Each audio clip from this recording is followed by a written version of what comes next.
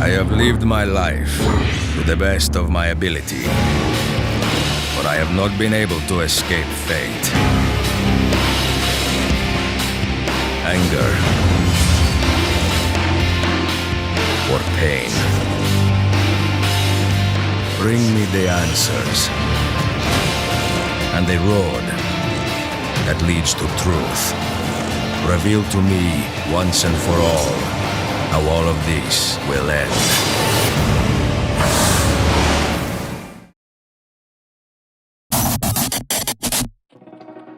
Okay guys, this time we're becoming one of the guys with the cool hoods. Of course, I'm talking about the assassins. More precisely, we're building the hidden blades, so stick around to see the process of research, design, build, and the thought that went into this. Okay, so what's the plan? Well, I want my version to be as compact as possible, and I also want to build one that I can parkour with. So, it can't be one of those clunky string mechanisms. We need to come up with something unique, meaning I have to start from scratch. This is my first version, made almost a year ago. It uses a simple lever to drop the blade in place using gravity. This design is great, because it allows us to save as much space as possible, since we don't need a separate mechanism for the movement of the blade. So gravity it is. I started the build by sketching up the prototype. Based on that, I ordered a few custom parts, like the blade and this part here. And after the first version came many more.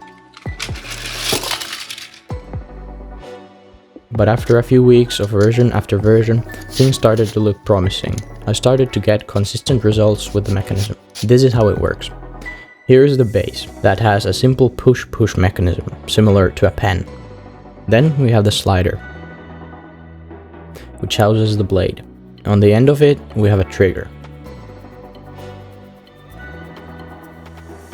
Under the slider, I added a knob that can only move in one direction. When I assemble the whole thing, we can see that the knob catches into the mechanism. Now the slider can move out a few centimeters. This allows us to place the whole thing further into my arm. This way I can move my wrist freely. Now the slider comes out to make up for the distance between the mechanism and my palm, so none of the blade is being wasted. Okay, time for some action.